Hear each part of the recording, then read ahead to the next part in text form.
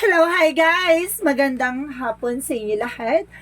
This is Chin Rodriguez from Asagari Channel, a faith healer, also mata reader. So ngayong hapon, natatagan natin ang sabihin sa inyo ng ating mga gabay. This is a weekly gabay for the month of January 11 hanggang January 17 for the sign of Scorpio. So, Scorpio, welcome sa my channel.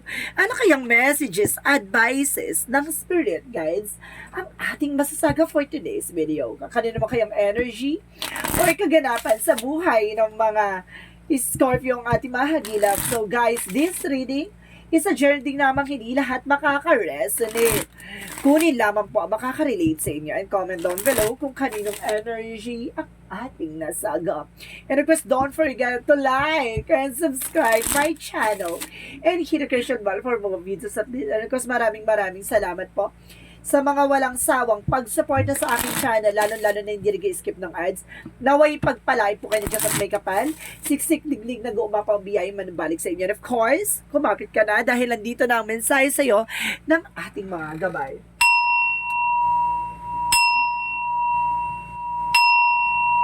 Angel Spirit Messages, give me an information. So, anong gusto sabihin sa inyo ng ating mga baraha? So, once again, nandito ang pitong Archangel pala guys, no? Waving, para kamustahin kayo sana, saan man kayo sulok ng mundo. Angel Spirit God, please give me an information. And because there is two of swords. So there's an indecisions, no? May mga bagay na kumbaga nahihirapan ka mag-decision this time. So ibig sabihin dito, kumbaga nag-iisip ka or something, kumbaga pinag-iisipan mo yung magiging plano mo. So let's see what is additional messages. And because there's a magician, so there's a manifestation.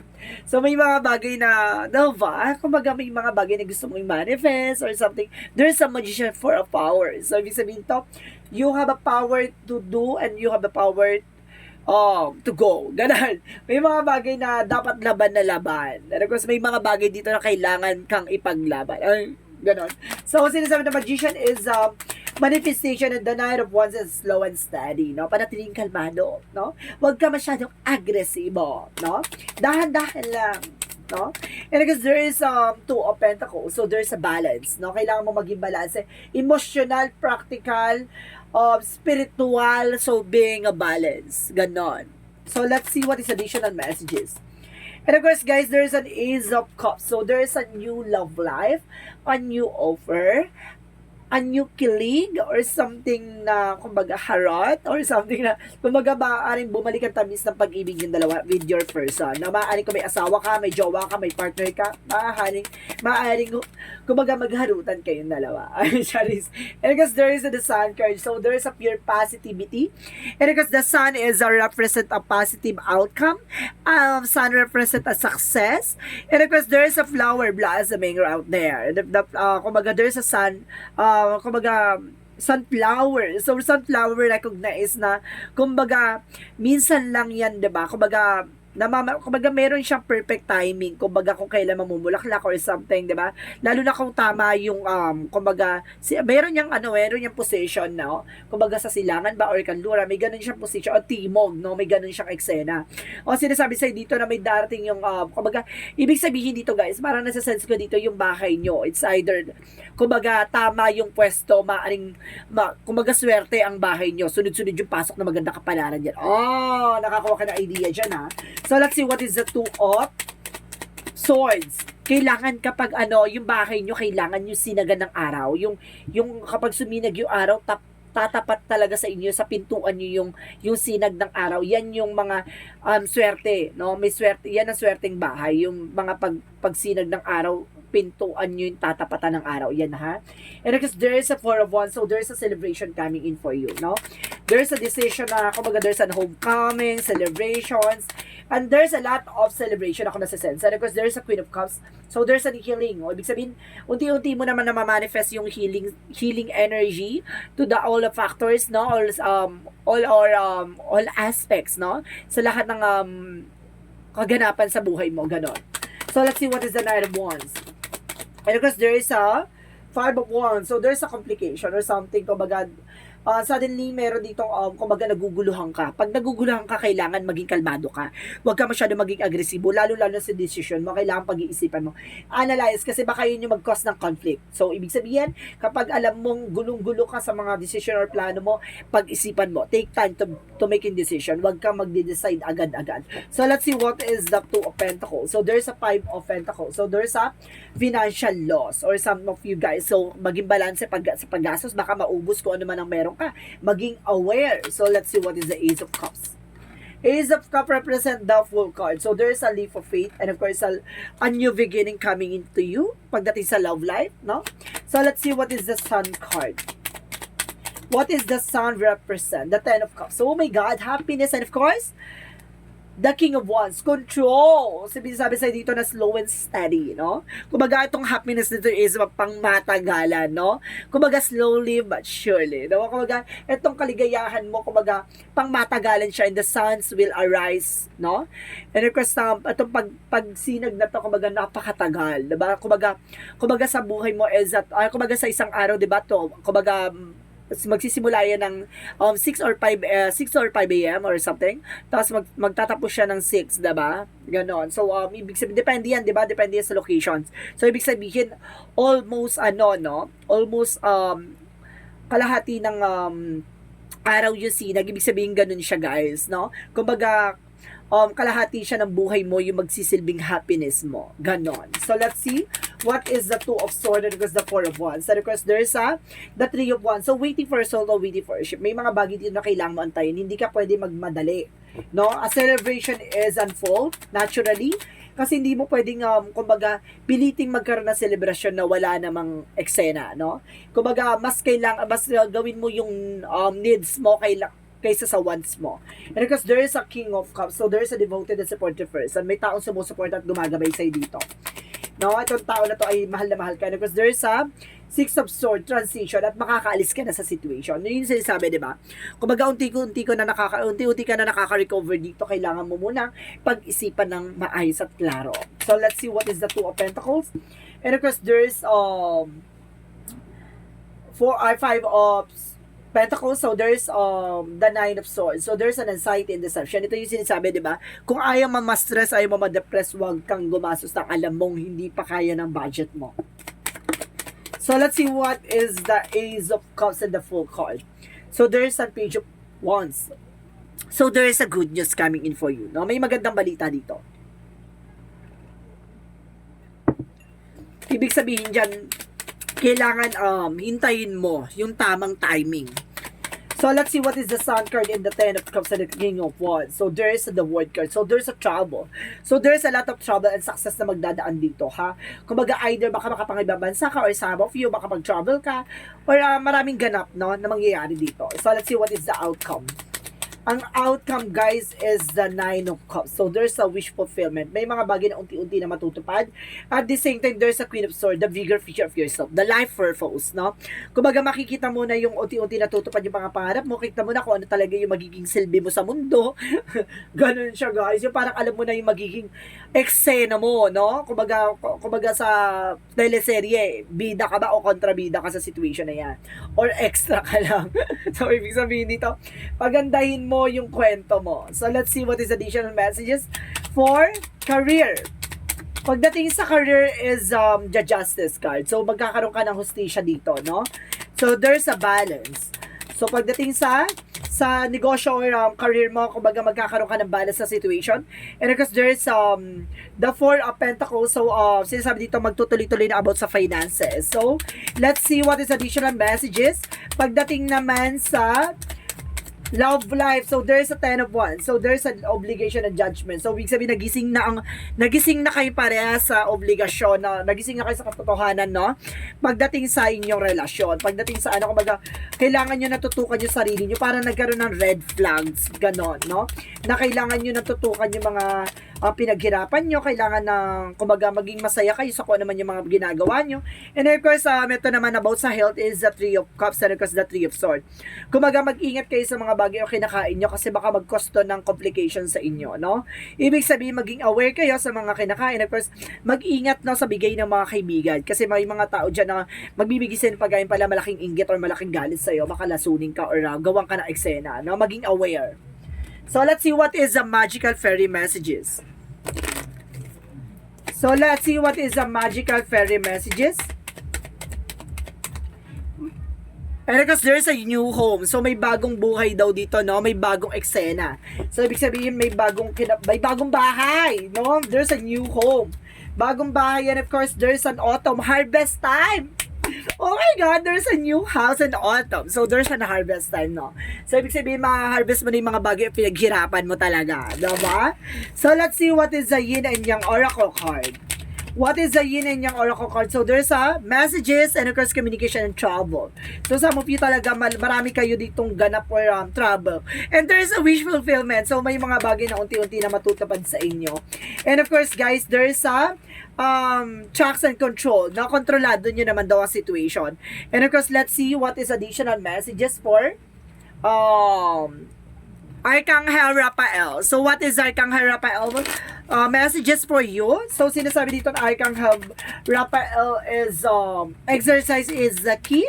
So, kailangan nyo mag-exercise, no? Nang sa ganun, kumbaga, yung dugo nyo, no, dumaloy ng, ng maayos, mag-circulate ng maayos, baka kailangan nyo pagpawisan. And of course, laughter is the best medicine. Isa pa yan, no? Makakatulong yung, kumbaga, kaligayahan mo. Nang sa ganun, kumbaga, maboost yung heart mo, no? Kasi kapag masaya ka, yung heart mo is nagpa-function na maayos. And of course, there's a happy family. Magiging masaya ang pamilya mo this time. And door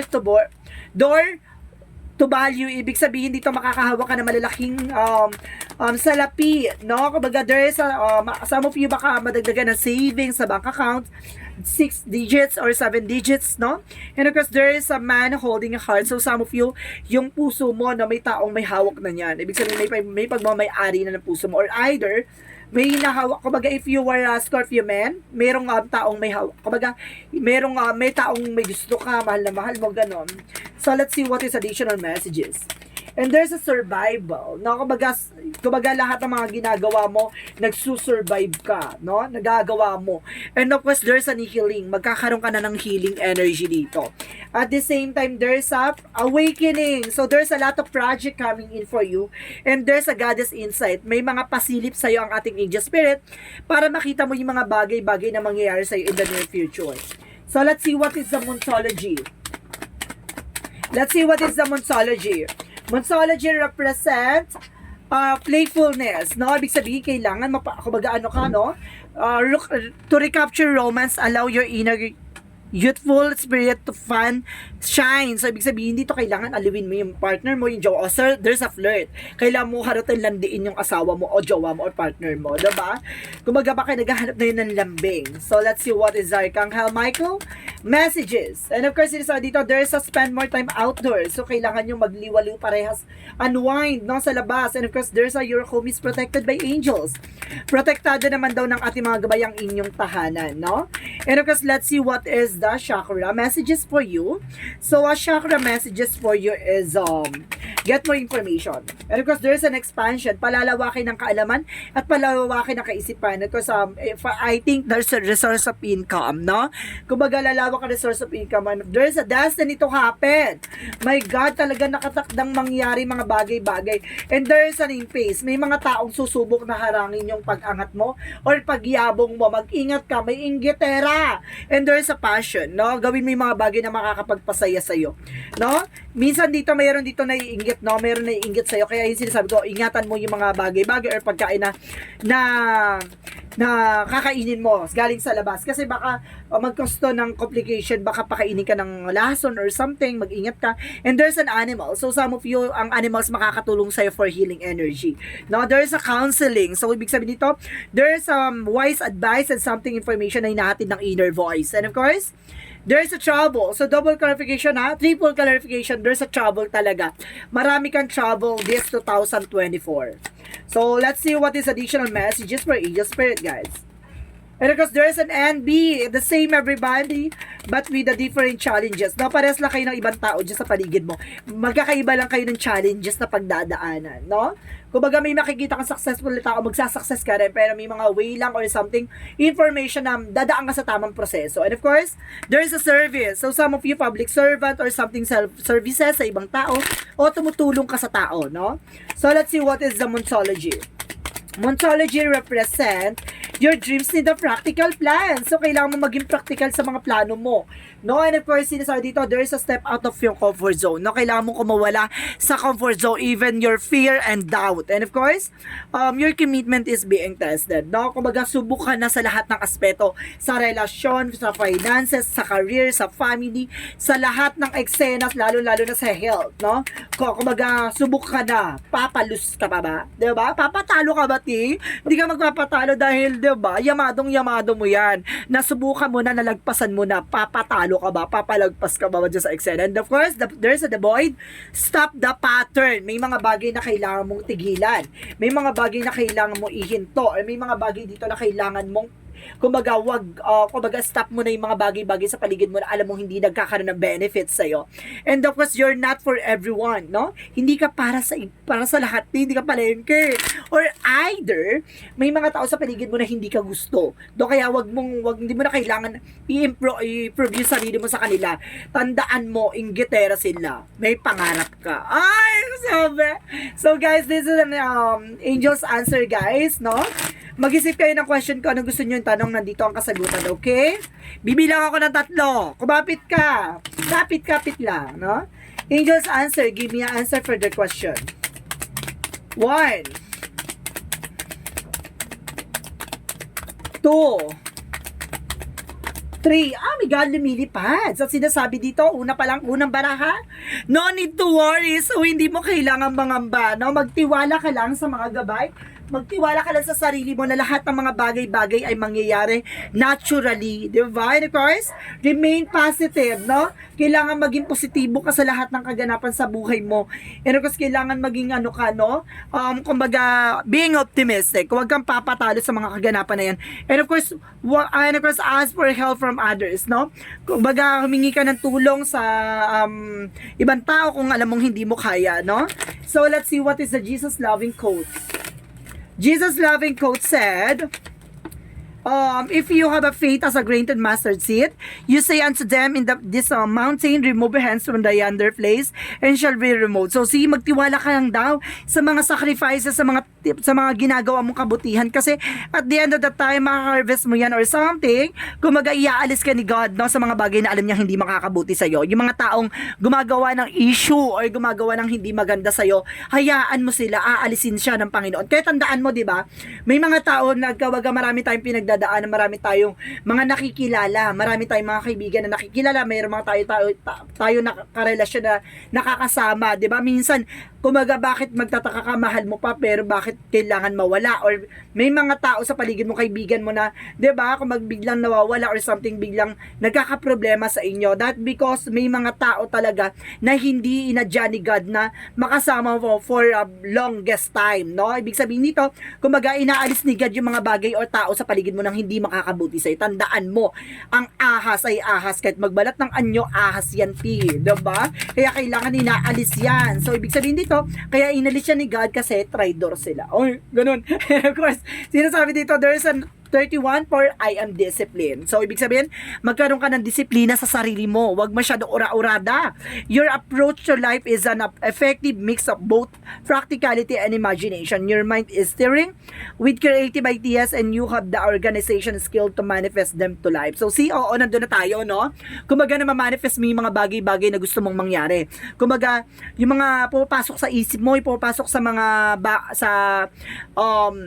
yung mga ideas and of course lahat ng mga bagay na gusto mong gawin na ma-manifest mo naman. May mga bagay lang dito na kailangan mong kontrolin yung sarili mo, magkaroon ka ng disiplina sa sarili mo nang sa ganun hindi ka magkamali, no? Maging mahinahon, wag ka maging padalos-dalos at marunong ka dapat kumalma kung kailan ka kakalma, di ba?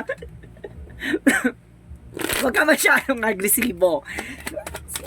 Excuse me guys, sinimla ko ng water. So, let's see what is the messages of life. Messages of life represent awareness. So, sinasabi dito guys, I often conscious that to my true self, I understand that I am here to grow, to free myself from inner conflict, and to discover who really I am. Today, I release illusions and limitation and material world in order to elevate my being towards eternal life. I grow stronger and stronger as I explore the wonderful being that I am. So, ibig sabihin, maging aware ka sa lahat ng nasa paligid mo, kung ano man ang nangyayari sa paligid mo. Kasi at the end of the time, yung mga bagay-bagay na yan, kumbaga, nasa sa'yo yan, no? Kumbaga, kung pakikinggan mo o hindi. And of course, sinasabi dito, nasa sa'yo yan kung magkakaroon ka ng growth and expansion, nasa sa'yo din yan kung ano mangyayari sa buhay mo. Kung makikinig ka sa mga sulusol o makikinig ka sa mga buyo, or either, kumbaga, pakikinggan mo ba yung mga taong naninira sa'yo. Diba? Tuloy-tuloy lang dapat sa pangarap, huwag ka makikinig sa chismos at marita sa paligid mo dahil hindi sila makakabuti sa'yo. Tandaan mo, wala silang ambag sa buhay mo. So guys, this is weekly gabay for the month of January 11 hanggang January 17 for the sign of Scorpio. So Scorpio, maraming salamat for your wonderful reading. So once again, this is Chin Rodriguez from Masagari Channel, a faith healer, also mata reader. Maraming salamat guys sa mga walang sawang pagsuporta sa aking channel, lalo-lalo na hindi nag-skip ng ads. Naway pagpalain kayo na Diyos at may kapal, siksik, diglig, nag-uumapa ang biyayang manabalik sa inyo. And of course, guys, this reading is a general reading namang hindi lahat makaka-resonate. Kunin lamang po makaka-relate sa inyo and comment down below kung kaninong energy ang ating nasagap. Maraming salamat and see you in the next video. Bye-bye and babush!